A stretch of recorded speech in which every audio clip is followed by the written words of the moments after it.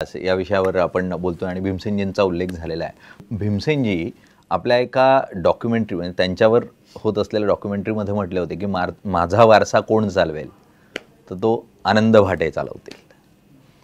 तर एका गुरुनं अशा स्वरूपामध्ये थेटपणे आपल्याला वारस म्हणणं, याकडे तुम्ही कसं बघता किंवा यातून ती जी प्रतिक्रिया होती ती कशी जाणवली? हो, ते म्हणले ते की मेरा भरोसा है आनंद के ऊपर. तर हे जे वाक्य होतं, गुरुचा विश्वास मिळवणं, तर ही खूप मोठी गोष्ट असते की ज्याच्यासाठी शिष्य प्रयत्न करत असतो.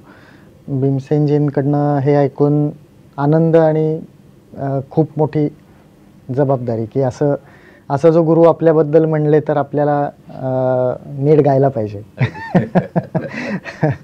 तर तो प्रयत्न चालू असतो. आता जयतीर्थांनी सांगितलं तसं संगीत हे जे फील्ड आहे ते अमर्याद आहे, ते कधीच संपत नाही. आणि खूप मोठे दिग्गज कलाकारसुद्धा म्हणतात की आत्ता आम्हाला कळायला लागले की काही सूर कसे लागतात.